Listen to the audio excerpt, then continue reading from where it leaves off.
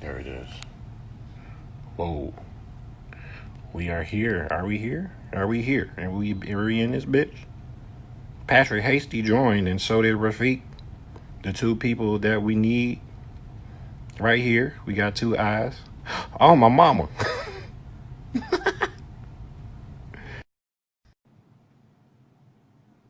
Yo, I just invited you.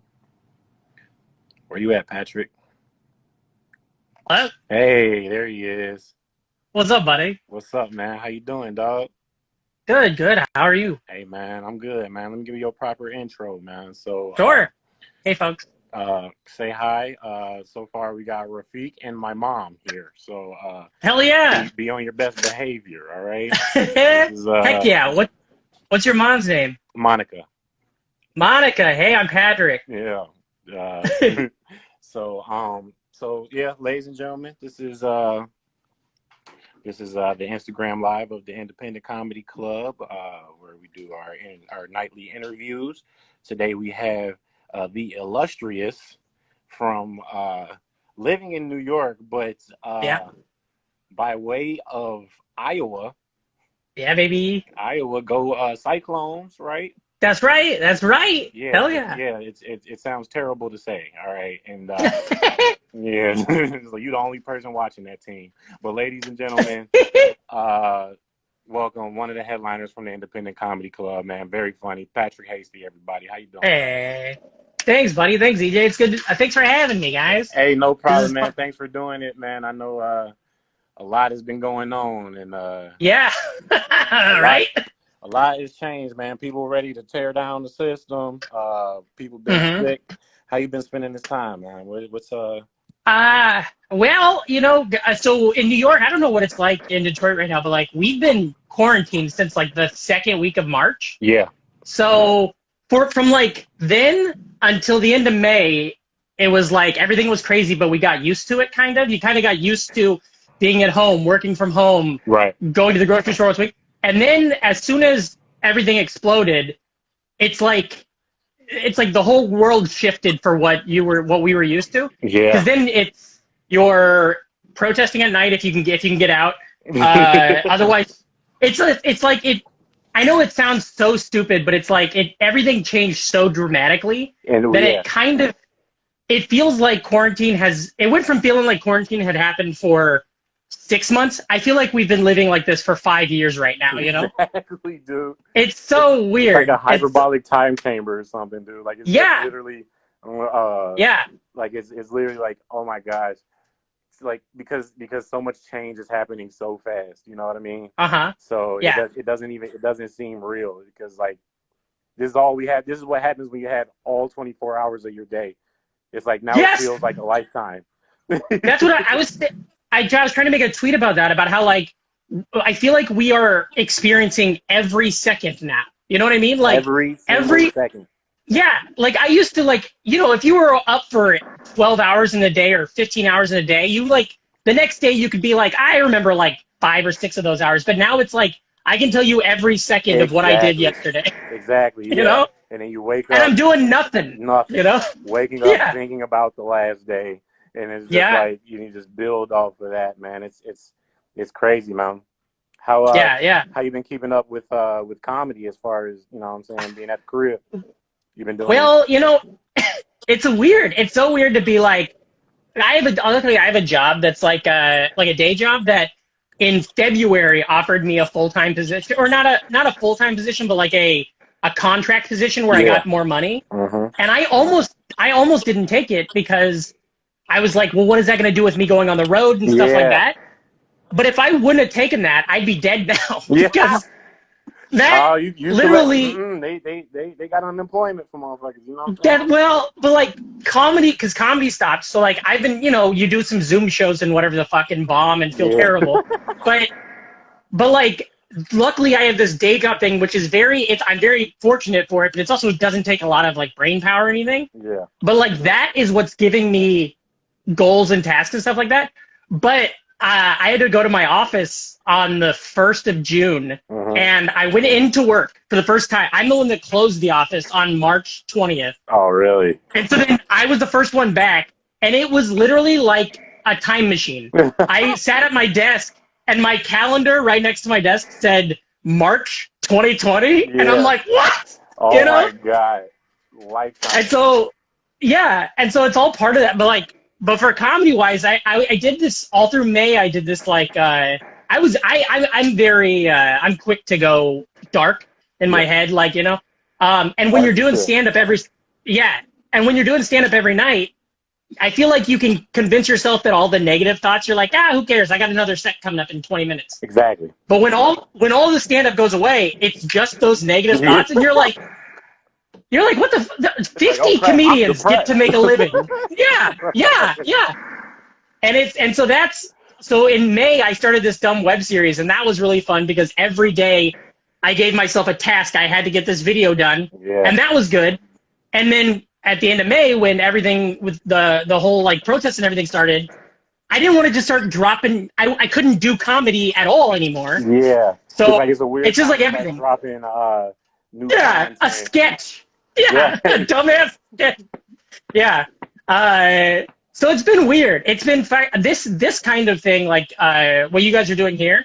This is like, I love this. Yeah. Because we can be funny. Mm-hmm. We're talking about comedy, which is all I want to talk about. Facts. But also, it's not like Zoom shows are not bad, and I'll do them whenever anybody asks me. But when it's like a window with 7 people and they're looking at their phones and there's no audio, and I'm trying to do the thing I'm good at that I've been doing for a decade is not me sitting on a computer being like, oh, does this make sense? You know, like, right. They ain't looking at nothing but your teeth.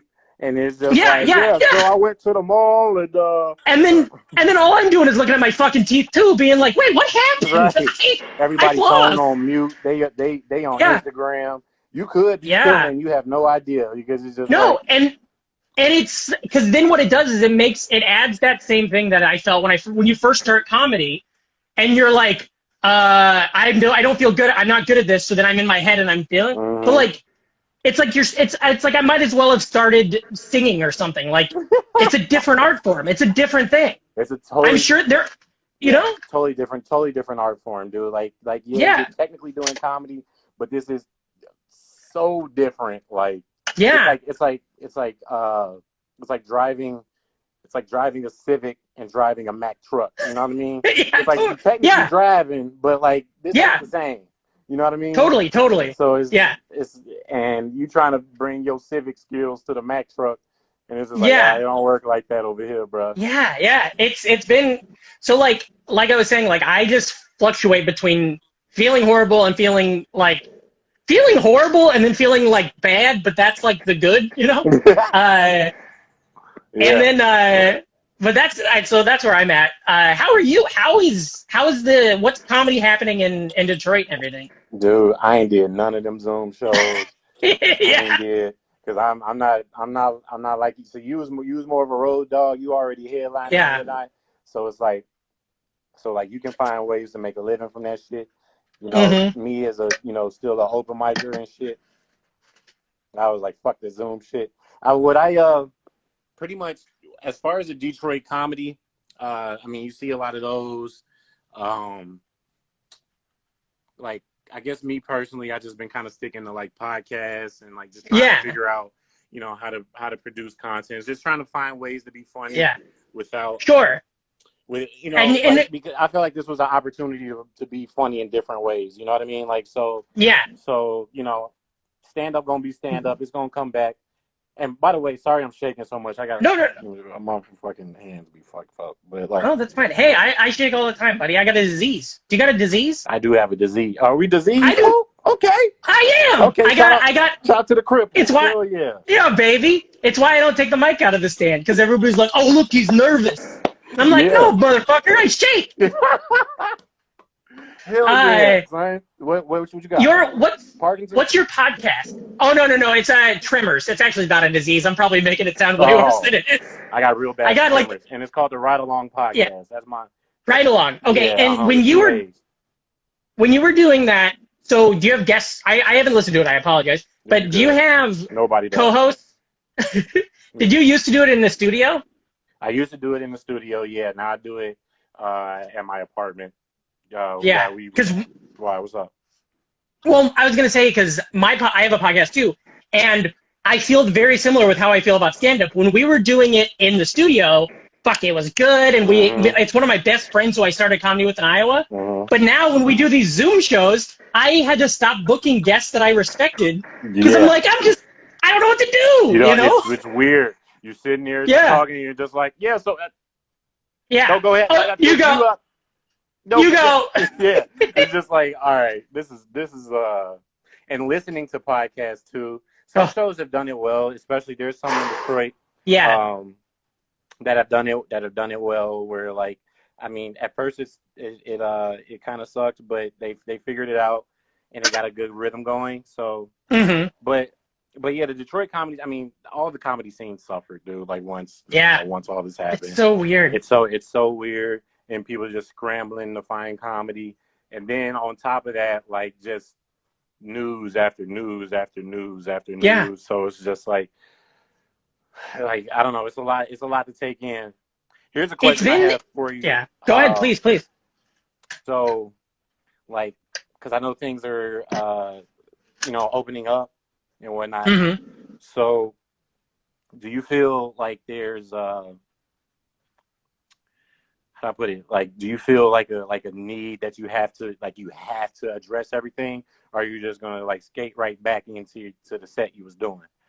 Well, like so when in my stand up, I don't like address shit. You know what I mean? Like I tell stories about myself, but what I do in stand up is I'm very loose. I like to talk to the audience and stuff. So I feel like I don't have the instinct to go out there and be like, well, here's my take on what's happening in Minneapolis. But I do feel, and this is kind of like a societal thing too, I have the instinct to get on stage and look at an audience and be like, what the fuck? How are you? How's your brain? What's going on? Yeah, you know?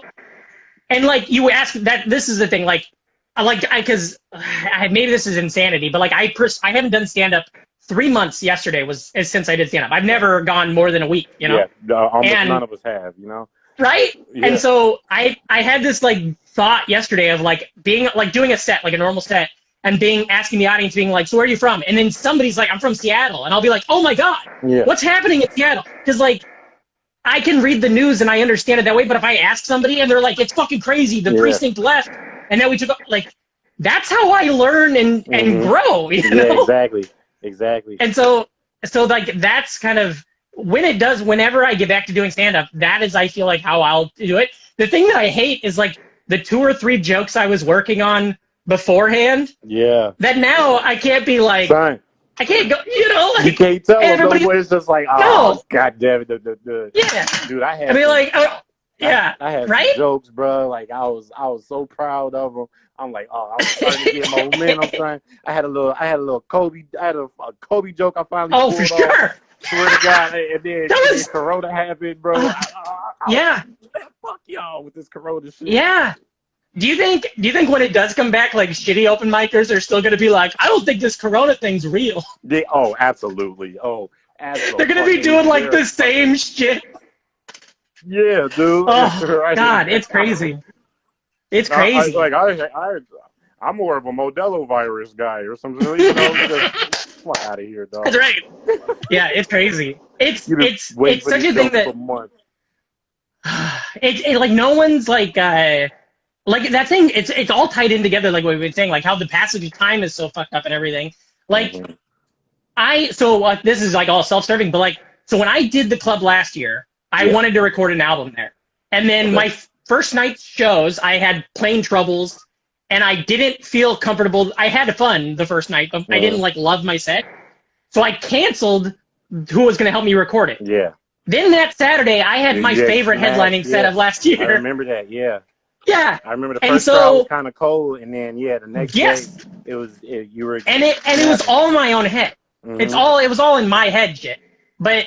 And so a big thing I wanted to do this year, I've been doing stand-up for 10 years, a big thing I wanted to do this year was put out an album. Yeah. I didn't get it recorded before quarantine, and now if stand-up comes back in August, September for me full-time, there's no way I'm going to feel comfortable doing an hour, exactly, you know? Yeah.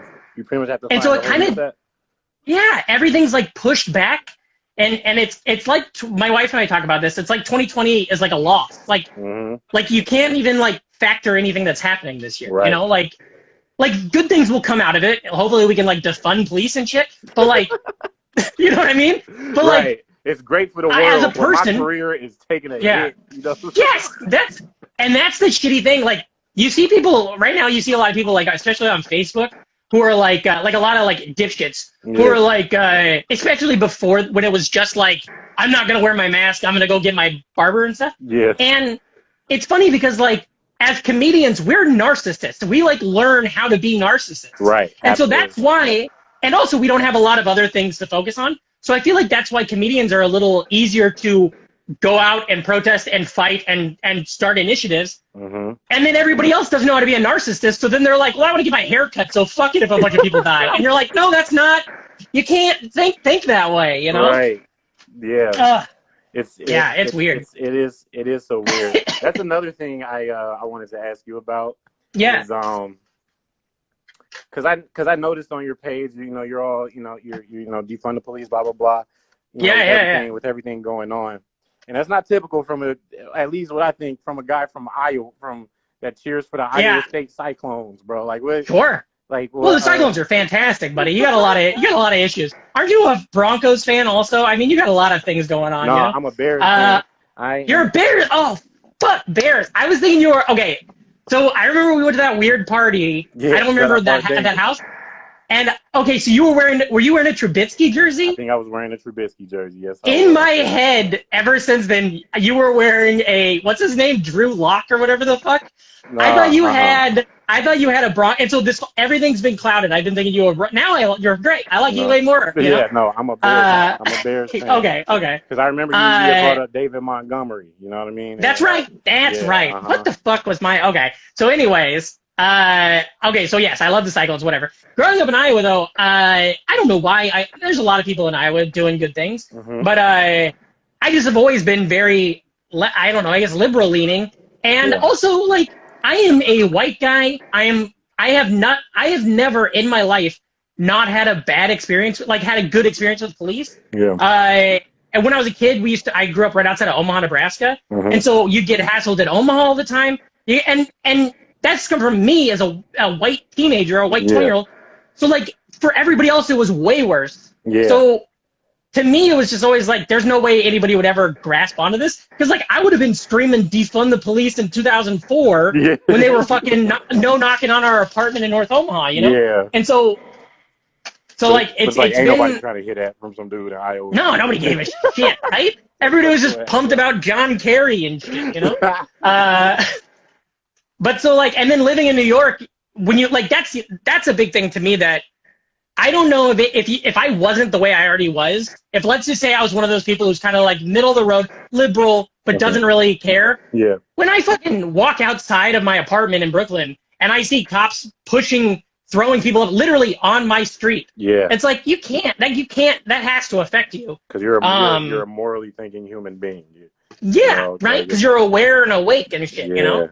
So I'm all for the cause, and I wish I could. I don't want to portray. There's a lot of comics doing a lot more than I am. I'm not doing shit. My wife and I have okay jobs right now, so I'll donate money, but I'm not out every night. I never made my own sign. You know, you ain't make no sign. You ain't doing chants. I thought it rhymes, but yeah, I respect that. I do.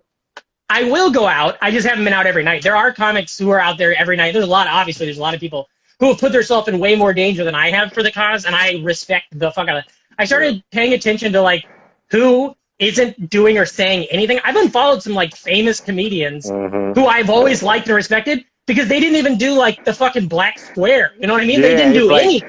Yeah, at least do that something, bro. It's like, post a fit. It's like you're not even living in this world, right? No, so people are, like, they stand for one thing, but then, you know, they don't. Yeah. They know that everybody buys tickets to their shows and they don't want to fuck.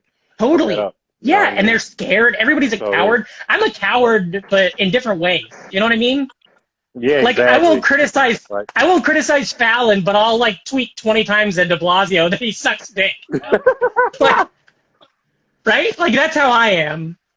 You know? Everyone cowards in different ways. Like it's totally. We're all our own coward. We're their all own our coward own type of coward, bro. It's okay to be right. Like lean into it sometimes.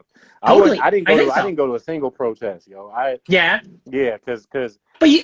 I have an autoimmune disorder. That's my phone was. Okay. And I can't really walk that well, so like, I ain't really trying to be walking from, Selma to Montgomery, you know what I'm saying, trying to fight the power. It's like, I'm tired. Oh my God. Have you ever, can I tell you a funny but terrible story that just shows how dipshit white people act? I love funny. Okay, so have you ever done the Memphis Comedy Festival? I never. Okay, it's a very good comedy festival. Obviously it's in Memphis. Mm-hmm. And we were there one day, and they took us to the Lorraine Motel, which is where Martin Luther King Jr. was assassinated.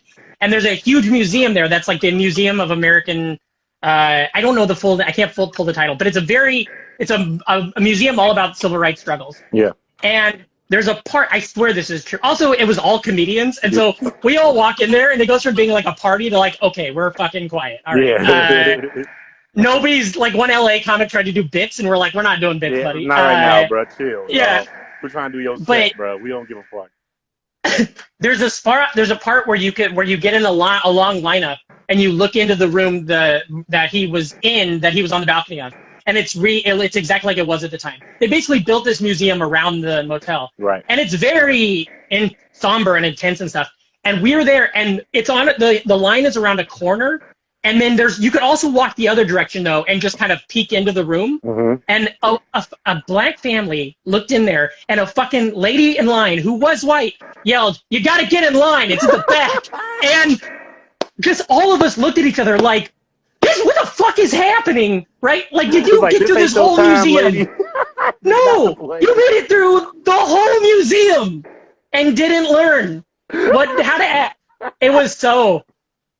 And so, so anytime you see those goddamn videos of people calling the cops and shit, I'm never surprised. Yeah. They're all just, it's never surprising. And so that's why I feel like as a dummy, I really like Jackie Cation a lot, the comedian. Yeah. And she has a whole bit about being a meat shield, basically. And how, like, that's our job. Being a meat shield? A meat shield. A meat shield. Okay. As, like, a dumb white guy, my job is to get in the way so that fucking people of color and, like, black people aren't getting assaulted by cops and by other people, That is and I agree with that, Yeah, we need white people to be the offensive line, you know what I mean? Yeah. It's like, you guys y'all gotta block this racism from motherfuckers. You know that's right. But okay, go ahead. Sorry. No, I wasn't gonna say shit. What are you gonna say?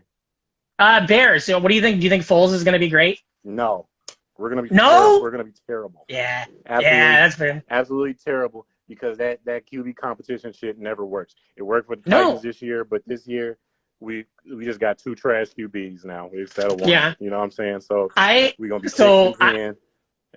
I absolutely love the Chiefs, and literally, I think I might have died 2 months ago into quarantine if the Chiefs wouldn't have won the Super Bowl.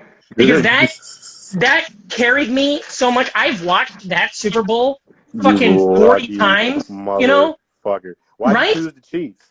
Why did you choose the Bears? Why? Well, so I grew up in Western Iowa, and I grew up in one of those places where there's no professional team, so you can choose. Right.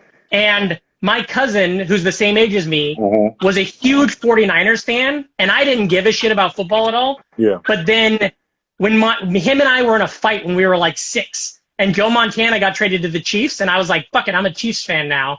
And then I just have been ever since. Joe Montana. Dude, you're not that old, are you? You old? Are you old? Yeah. I'm 35, dude. Oh, you're not old, bro. You're like 5 years older than me. I'll be 30 in October. Oh, nice. Well, that's good. I respect anybody that's in their 30s. Exactly, yeah. The 20s, fuck anybody in their 20s. If you're watching right now and you're in your 20s, fuck you, all right? You don't know. Yeah, get out of here. You don't know a damn thing. But anyway, that's right. Shout out to Diana. She's like 19. Yeah, right? Oh, she's going to outlive us all literally and figuratively.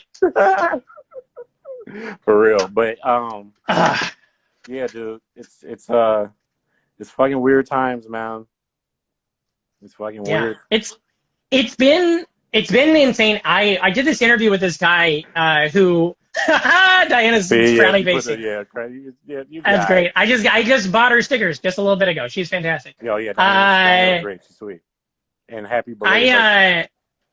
I did this interview with this guy, this person, this comic, and it was like we just basically talked about comedy, and this was about the end of April, and we talked for 3 hours. This was a stranger that I didn't know. I know them, but I don't know them well. Yeah. And we talked for 3.5 hours for this podcast interview. Yeah. Just about comedy. And when it was over, I didn't even. Yeah. That's good. I feel like that was all of the sets I was supposed to do in March and April. It's got them all there. It's like when you ain't jerked off for a while and then you just finally you could go. It's like I can't stop. Yeah. It was insane. Yeah. But like so like things like that, things like this. I'll do, like I said before, I'll do any Zoom show, but like this conversation we're having right now feels more like I'm doing comedy and entertainment and putting in time than, it feels more like organic, you know, because obviously like when we're on stage, it's like I know you do you do a lot of crowd work and improv, but a lot of it's structured still. Even the crowd work is kind of structured, like you know what questions to ask, what to look for, how to respond, and I'm in charge, so I can leave it if I don't like it, But this is just conversational and like I said, more organic. But has comedy, like, are you starting to see any like mics start to pop back up a little bit in New York, or has stuff already been happening? Have you done anything? Not really. There's some comedy. So I've seen some comedy clubs in the city are doing like they're calling them like pro open mics, really, where they're allowing a few people in and then they have comics come up. But I haven't done one of those. And then last weekend for the protest, I saw that like Michael Che did a stand-up show on the back of a truck. Yeah. And like a lot of people came out, and so I thought that was a good sign because I feel like there could have been a way to do this a while ago. Yeah. Absolutely. People just didn't know. Like, did you? Yeah. We were. Did you watch? Did you see Chappelle's show? His special today? Not yet, but I've heard it's fun. I've heard it's great. It's great. It's serious but whatever. And we were tweeting some friends of mine about how wouldn't it be great? So basically, he's like on a gazebo, and he's talking about police brutality and like these deaths and stuff. And I was just thinking, wouldn't it? And it's very like organic, but he's outdoors. The audience all have masks. It feels real. It's like a YouTube video. Yeah. And I just thought, wouldn't it be funny if Tim Allen did one of those? Same tone, same idea, but instead of talking about police brutality, he's talking about like drills and fucking hammers and stuff. But like just as earnestly, Yeah, right. And guys, we gotta defund these Home Depots because they're just too much of the budget is not paying property taxes. And he's like, God, So, but I do think there's something. I've seen people. I haven't done any of these, but I've seen the people doing like there's drive-in shows people are doing where people could like sit in their car and listen. And I think that is smart. And I think that it would have been rad if somebody would have started organizing all that stuff at the beginning of April. You know? I actually just got asked to host a show like that, and I think I'm going to do it. Cool. And I'm super fucking nervous about it because just doing stand-up again, dude, and I'm about to be riggedy rusty, bruh. Yeah. Like you remember when like you'd go on vacation or something and you go like 2 weeks or a week and a half, and then all of a sudden you come back and you feel like you're brand new? Brand new. You go to your job that you've been working at 3 years and you fucking it up. It's like, how to fuck up a spreadsheet? I'm like, what if I come back? Maybe I'll be a characters guy now. You know what I mean? Like, who knows? For real, dog. Like, yeah. I'm like, that is one of my concerns. I mean, obviously, like you'll catch it eventually, but like once comedy comes back, like I'm gonna be so goddamn rusty. I was actually like, I was in the car. I'm in Chicago right now. But, really? We just drove out to see my family. But I'm thinking in the car, I'm just like, what the fuck was my set, bro? Like, what, Yeah. I was just like, what did I used to say? Like, how did I Like, how did I start off? And I was really like racking my brain, like, oh, that was the joke I did. And then now it just, and then like I said, like you said earlier, with all this shit happening, it's like, should I even talk about this? Like, I used to just talk about how much fucking like pussies cost and shit. Like, it's fucking now, like, people are fighting the world right now, and I'm going on stage talking about how much a pussy costs. You know, like, it's so weird, and I think that in a year, I think that there will be some sort of like it'll be back. There will be some sort of, you know, but but what I'm most interested in is I wonder how many people are going to quit, you know, and who are just never going to come back. And I wonder how many bad new open micers are going to quit. I wonder how many good comedians are going to quit, you know. Because like I don't have anything else. I grew up super poor on a farm in Illinois. I failed out of college. I don't have anything, so it's like this is all I have. You know what I mean? Like, for sure. And it's like but there's other people, like I know people who are like fucking lawyers and shit who are doing stand up, and it's like you could just have another life. You know? It's like this. You don't need this. Yeah, and so I wonder. I think about that a lot. Or the people who just like. This was their hobby, and then it disappeared. So they're like, "Well, I'll find a new hobby," you know? Yeah, I think there'll be a lot of those. I think a lot of people will quit. They'll realize that this wasn't really worth it, man. Like, and that's a great thing. It's just just get out the way, motherfucker. Yeah, exactly. Fuck you. Perfect. You were trash. Totally. Perfect. I think about that. That's what I thought of as I was like, I tweeted that, hey, cops, I would love it if you just resigned. Just quit. Yeah. If you're a cop, quit. But stay out of the open mics, okay? Yeah, right. That's for me. As soon as I hear you come up to a fucking open mic talking about, what's the deal with tear gas? I know you was a cop, motherfucker. Fuck you. Fuck you. Yeah. I'm going to turn you in. Yeah. Get the fuck out of our mic. You about to defund cops for mics. And that's right. No cops are allowed. No cops. It's so funny. Oh God. Yeah, man. So did you grow up in Chicago? What'd you say? Did you grow up in Chicago? I did. I grew up in a suburb. So where I grew up is a little city called South Holland. It's about I'm probably about 10 minutes outside of the city limits, and I'm probably about 30 minutes from downtown. And that's cool. And obviously that's why I'm a Bears fan and shit. Yeah. Like, once things started to, open up and whatnot, we were just like, all right, my girl and I just came to come see my family. Sure. Right? Yeah.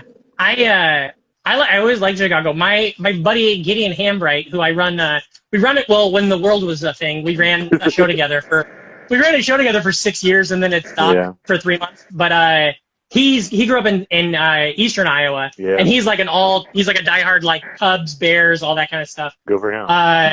And so yeah. And so we've like over the last few years I've always like been following them and shit like that. And they actually just this year drafted a dude named like something Hambright, which is his last name. Yeah. And so it was just so fucking weird. Such a weird last name. And now there's a bear with that name. It's like, come on, what the hell? Yeah. You know? I think I know who you're talking about. I don't remember, but it's his. Yeah, I love anybody who's a Bears fan. Thank you for the support and love. Trash, and we need everything we can get. But like, it's so. Yeah, we're out here right now. I actually didn't do comedy. I started comedy. The first time I did comedy was in Kalamazoo, but I didn't start doing it like for real until Detroit. I've only done comedy once out here. Really? Yeah, I've never used Chicago which is dumb as shit because I'm from here and I live kind of close to here. So, but also I think that's kind of cool though too, because like when you do or if you do, I bet you got like friends that you grew up with and family that'll come see you, and they don't see you. They'll never see you bad. You know what I mean? That's true. Yeah. Like by the time, right? Because friends and family always want to come to those fucking bullshit mics. Yeah. It's just like no. That are like I started in Des Moines, but I grew up in Omaha, which is like, or outside of Omaha, which is like 2.5 hours apart. Yeah. So the only time I would ever go to Omaha was to do a big show. And so like my parents and my family and all my high school friends never had to see me like bomb and be terrible. Yeah. Right? But then when I go back to Des Moines, I mean, there's fucking people in Des Moines who are like, today they'll see like I'll be headlining a club or like do something cool, and they'll be like, that guy fucking talked about rape in 2011. What are we talking about? And I'm like, what? It's like you never get the same thing where you start, you know what I mean? But but I feel like the Detroit, every comic I've ever met from there, I really love it up there. I love Detroit, I love Minneapolis, and I love Milwaukee. Those three scenes have really made me feel good over the last 5 or 6 years. Just like the comics are cool. Sometimes I'll go to town sometimes, and you can tell like you're in town for 2 nights. Maybe you're alone, maybe you're with another comic. Yeah. And you'll figure out an hour in if you're gonna have fun, because either everybody treats you like shit because you're from New York, you think you're something, or everybody thinks you're from New York and you can get something for them. Yeah. But then you go to like Detroit and everybody's just like, hey, what's up? There's a mic over here. Do you want to hang out? Right? You know? Yeah. That's what I like. Yeah, that is a beautiful thing about the Detroit comedy scene is I think it's been pretty welcoming, and they'll welcome you. Everybody get a shot out here. You know what I'm saying? So and especially, you know, at the Independent, like that's kind of damn near why we started it. You know what I mean? Yeah. It's like we're trying to give everybody a shot out here. You know what I'm saying? Yeah, it's so good. I did the festival there, and that room was like that lunch. It was like a lunch room or something. Yeah. And like that's where we were hanging out with like at the pool table and shit. And I go back 10 months later, and it's a beautiful little comedy club that's like everything was perfect. When you're on stage, the room looks great. From the back of the room, it looks great. It's wonderful. I have that shirt that you're wearing. I was wearing it earlier today, and I switched shirts because I was like, that'll be corny if I'm wearing the shirt to the thing, you know? Thank you. I was like, damn, I love it there. Uniform. I feel like I'm at work. You know what I'm saying? Sure, let me put on my shit. You feel me? I recommend it to tons of people. I always tell them that, like, because there's a lot of comics that are like me who have nothing, have no good credits, but are really good and can go do it. Mm-hmm. And so I was always telling people, like, listen, if you're going to be in Minneapolis, if you're already heading that way, or if you're going to be in Ohio, you can shoot up there, send them dates, maybe, and then the other thing that's cool about Michigan is there's all those other fucking rooms. There's so many small indie rooms and, you know, clubs and stuff that are great. There's a decent amount of rooms out here. Like, sometimes I don't know what's more valuable. I guess I don't know the other side, but okay. So I guess I could ask you that then. So, do you think would you say it's more valuable, like a place like Detroit, where there's not as many rooms, but you got more time to like really like kind of harness your material, like maybe like one or two times a night? Or do you think it's more like valuable, like the New York style, like 5-6 mics? I start at 4 p.m. I'm done at 2 a.m. I just did 7 mics in one night. Yeah. Like, what do you think is more valuable between like having the extra time to work on your shit, or just repeat? I think it sucks because it's such a hard question, and so I moved to New York after doing stand-up for 2 years. Okay. So I moved here in 2013, and the scene, everything about New York, the stand-up world, is very different than then. Yeah. So like, I've always said this is like, I could give you a lot of advice about how to move to New York in 2013, but today I'm not as sure.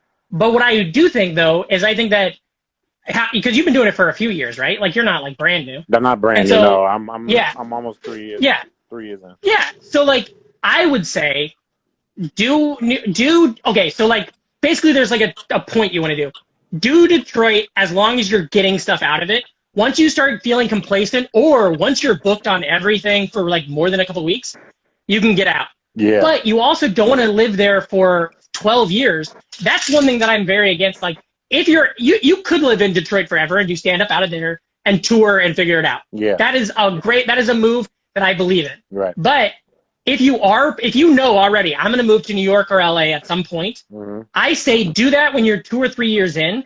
Because I used to I ran an open mic for like 2 years. That was very popular. Yeah. And since it was popular, when everybody moved to New York, they wanted to fucking kill at that open mic. Yeah.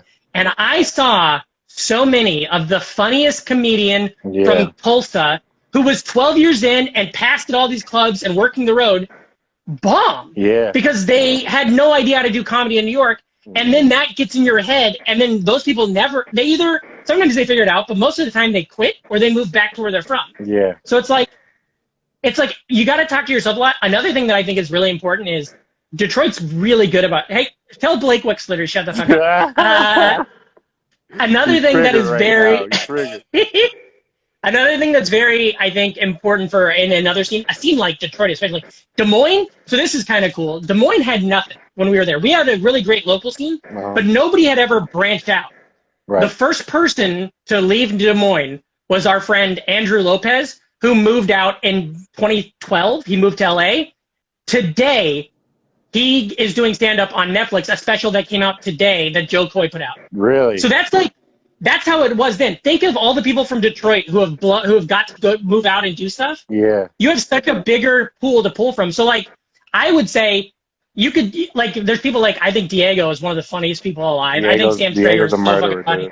Yeah. Yeah. And so I think when it's making these decisions, you can talk to people like that because they're going to have good advice for the city. But then when you talk to people like Jeff or people who've moved, they're going to have advice too, because I know a lot of people who are great comics who might even have credits, and then they move to New York and it's like, what the fuck did I do this for? Yeah. You know? There's been a lot of people during this whole quarantine who have moved back to their home scenes with the probably not to come back because they're like, well, you got to be happy. You got to be doing all this stuff. They like being a man out there and like, you know, it's easy to get complacent in places like that, you know, because I'm a big fan of New York. I love the New York stand-up, but also New York fits my personality a whole lot. And so I always root for New York, but I always had this theory. I wish we all had cards, like business cards that every comedian got like a bunch of these. Mm-hmm. And like some of like 10, let's say they get 30 cards. 10 of them say, you're not good at this, you got to quit. And then 10 of them say, you're doing great. And then 10 of them say, you're doing good, but you shouldn't be in New York. Yeah. And then what you do is you go to an open mic and you see these terrible people who, for whatever reason, are getting in their way, and you just slip them that card in their like notebook or something or in their pocket. And then once you get those cards, you're like, oh fuck, I'm doing great. That's great. Or somebody's like, you're terrible. You gotta quit.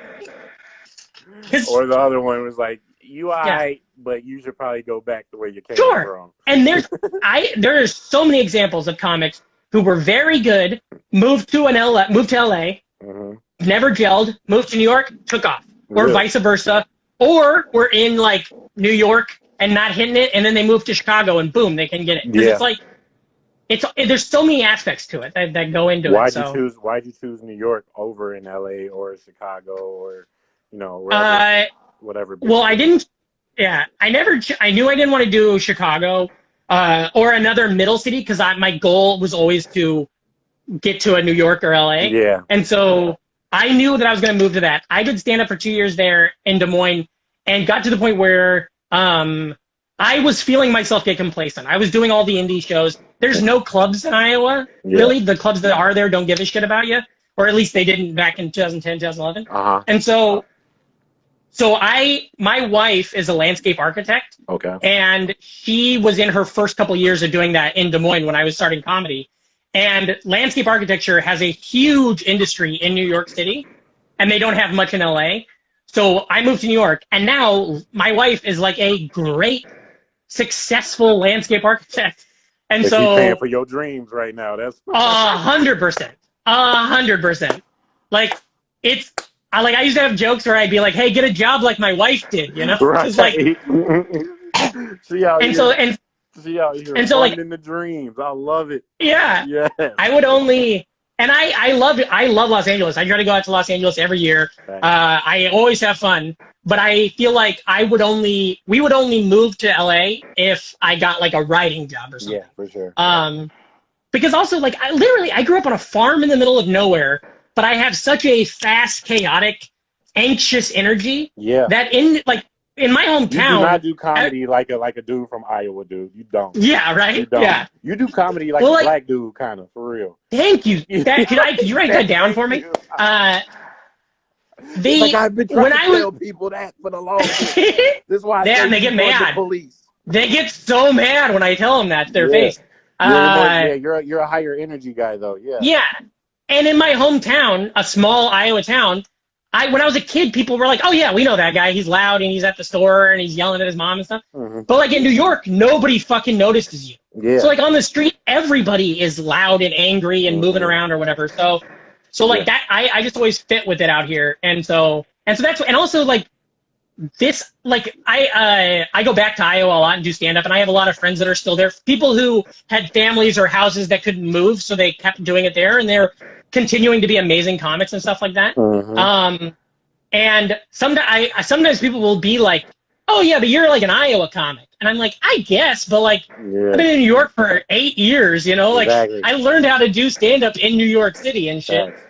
Yeah. So it's like I kind of have the same thing where it's like I'm from Chicago, but like I'm a Detroit comic. You know what I mean? Like, totally. Yes, I 100% get it. Yeah. It's a weird concept to kind of wrap my head around. It's like I am a Detroit comic, dude. Like it's no question about it. So, totally.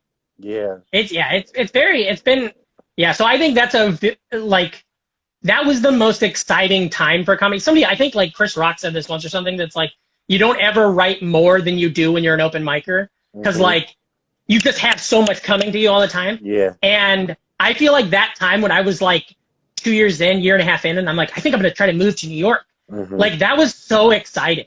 That was so much better than 2017 when I'm sitting in a Starbucks having a panic attack because no bookers are replying to emails, you know, and my tip job laid me off, you know? Yeah. Oh, dude, man. Yeah. I know the feeling. And that was one of the things, like I kind of struggled with, because it's always pretty much, do you stay in the quote unquote smaller place and build your own, or do you go to the bigger place and try to beat people out, pretty much? Yeah. You know, it's just, that's the struggle, you know? You can do it. Like, you can do it so much easier now than, it's funny because comedy's evolved so much in the last 10 years that like, you could have a career out of Detroit in a way that you couldn't have a career out of Detroit in 2010, 2011. Mm-hmm. So it's kind of like we're always leading the next generation of comics. Yeah. So like, it could be you between your podcast and touring all through the upper Midwest, and then making friends, especially like, this is a thing that it's kind of gross to think about, but like, I don't have shit in New York. Like, I don't have any great equity. I'm not like a famous comic. Yeah. But like, if you came to New York, I could at least vouch for you for some shows and stuff. For sure. Yeah. And you guys run a club that is run really well. So you're meeting cool comics who hopefully, sometimes they don't. Some comics are assholes. And I might not be able to help people out too, you know? But like, it's a lot of, like, we always tell people, like, if you're going to move to New York, or if you're going to move to LA, go there first and try to get on all the big shows you can. Because like, if you visit New York and do the knit and then move there, that's great. Everybody's like, oh, he's already done the knit. That's cool. Yeah. But if you don't, like me, I waited 6 years to do the knit, which is a wonderful thing. I'm so glad I got to do it. And that's the path I took. But like, it would have also been really rad if I would have just been good at comedy and then been able to do it before. You know, maybe that's a bad example, but it's like, Patrick, do all that kind of stuff. I ain't gonna lie to you, G. I don't know what the fuck the knit is, bro. What is that? Yeah, it's just a show. It's a good show. Whatever. It's just like, it's talking about like doing the good shows in cities. It's easier to do them visiting. Or what? Like. Yeah, it's like it's Hannibal Buress's old show. It's in Brooklyn. Yeah, and it's just it's just a popular show. I think shit. If I'm not mistaken, you said it's Hannibal Buress' old show? It's his old show, in Brooklyn and Williamsburg. I saw Matthew Broussard there. Yeah, he's great. He's so fucking funny. Yeah. I saw I don't know Matt all that well, Matthew Broussard, but I saw him crush harder than I think I've ever seen anyone crush in this little show in this upstairs bar in Brooklyn. Yeah. And the lineup was very good. Everyone was doing good. Mm-hmm. And then he just went up and crushed so fucking hard that he like stuck with me. You know what I mean? And and like I said, we're not like close. We don't know each other that well. But I think about it, and it was just like, God damn, some people can just do it. Some people kill so hard that it makes you just go home and think about, like, rethink. Yeah. Like, totally. Any momentum you thought you had in comedy, you were just like, God damn. You know what? God, what I always tell myself, because I'm a delusional, is like there used to be that the people used to say things like sometimes I saw fucking Dave Chappelle did this set that was so good I wanted to quit comedy, and I never felt that way because I'm like, well, he's just a genius. I'm not a genius. I'm just a guy doing stand up. That's fine. I don't have to be a genius, right. So I just always wrote it off, Exactly. And I feel like if I thought differently, maybe I would have been more further along, Well, it's different. Right. Yeah, it's different with Dave. But people are like, I saw Dave Chappelle, I want to quit comedy. Yeah. Like, yeah, that's Dave Chappelle. But when you just totally see fucking some dude like fucking Josh Johnson or some somebody just but just, like, you know what I mean, like something not famous, and he's destroying. You're just like, God damn, what the fuck? That is one of my favorite things about doing the road. In the capacity I do it, because I'm not like headlining like Funny Bones or anything, but like it is so fun to go to a city and you like when I saw Sam Rager the first time, I didn't know, and so like when you see somebody that you've never heard of crush, and then you look at all the people around you who are like, yeah, we all fucking know we live here. Yeah, that is such a fun experience. Yeah. And the other way is when you go to a town and like the person you're staying with or driving you around or whatever is like super nice, and then they go up and they suck shit, and you're like, oh, and they're like your best friend in that town, and you're like, fuck, I guess I'm not going back here. Right, son. They done bought you food. They done put gas, like, you know what I'm saying? Totally. You around, gave you some nice fatty pillows, and you're just it's like, so funny. You're a beautiful human, but goddamn, you trash the comedy. Totally.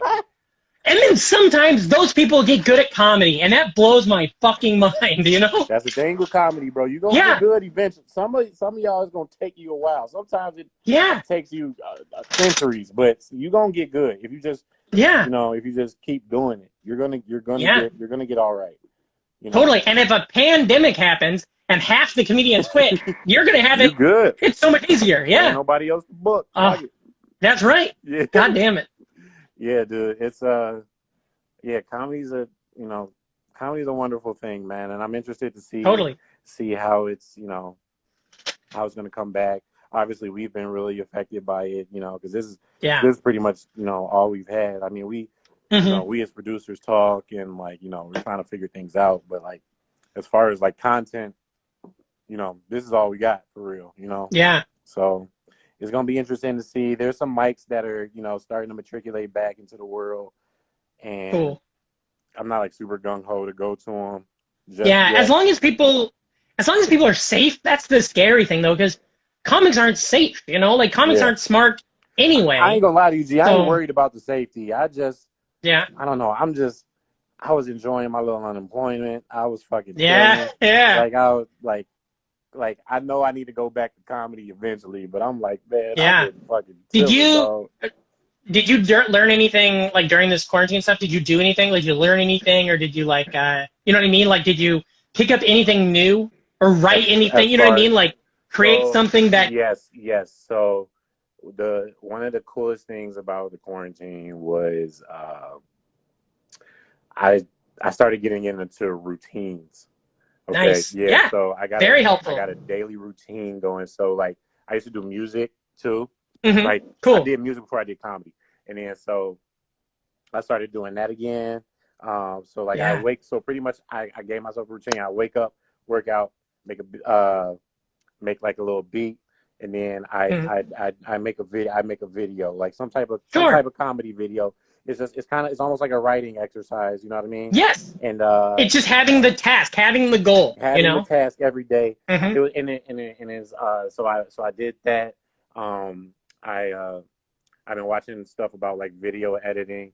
Sure. That's what I was bringing up. We're just learning shit, dog. Like I taught myself. I couldn't like get paid to do it, but I taught myself how to be serviceable on Adobe Premiere. And it's like, fuck, it just changed everything for me. Yeah. So like all these videos, and now I know how to do that. And I'm watching this show. A friend of mine, there's this comic, Nick Pupo, who's a great comedian in LA. He's a good friend of mine. And we've been texting. He's kind of like when the sky is falling, he's who I text, and same vice versa. Yeah. And we were talking the other day about how we want to write something, and he's in LA and he knows a lot of cool people, and I'm like, write a web series, write a TV show, write something, and then we can just make it yourself, Yeah. And then I started watching the show. There's a great show on PBS that's on HBO right now that's called Search Party, and it's really good. And when you watch it, every episode, the background people and the extras are all just fucking comedians I know from New York. Really? And so I texted him. I'm like, we gotta fucking do this because I can't watch another show that has some other dipshit in the background. Yeah, you know? right. It needs to be us in the background. Yeah. It's like we can make this show. It needs to be us doing it. Yeah. And absolutely. so that's great. I love that. The coolest thing about that's been the coolest thing about quarantine was, at least for me, was kind of getting in habits of because I told you earlier, like my big thing was finding a way to be funny in different ways. You know what I mean? Yeah. Like I'll figure stand up out. I will figure stand up out once it comes back. But you know, right now I have an opportunity to figure out how to write funny skits, funny songs, whatever. Just any different way I can be funny. You know, I was figuring that out, and I got a routine down, and you know, it's been sweet, man. And I'm excited. If any time like a new bit will come to my mind or anything like that, then I'll just write it down. I don't really I'm not one of those like really like delve into the jokes. Sit down, stare at the fucking notebook. I'm not one of those guys. But me, same thing. Thing. But like I'll have a premise and so, you know, and like by doing these things, plus having free time, plus shit going on in the news, you know, you just start to think of new shit, and then, you know, new premises will come to you, you know, and then when comedy come back, then I'll try them out, and we're right back to square one. So. And we're all like, everybody is gonna be different. Like fucking John Mulaney, when stand-up comes back, is gonna be different. Everybody's going to be different, so it's kind of exciting. Oh, like, super, It's going, you know, like you shuffle the cards, man. Like it's real. It's gonna be real. Everybody is gonna be so much different comedy wise than they were before, because you have to be like. Totally. Motherfuckers gonna be wearing masks on stage. You know what I'm saying? We're gonna have to fucking Clorox wipe the mic after everybody. Everything down. Yeah. You know what's fucked up too? I was one of them dudes that like kind of make out with the mic while I'm talking into it. Oh, sure. Yeah, I was that guy. I used to like lick the shit. Sexual. So I never did. Like I was saying earlier with the trimmers, I always leave the mic in the mic stand. Yeah. But so I touched the mic stand a lot. Like everybody else goes up and like touches it once and touches the mic. That's it. I touch fucking everything on stage. Same. So I'm like, goddamn. Yeah. So I think about that. Right. It's like, oh, we might kill people if we do this. So. Totally. Yeah.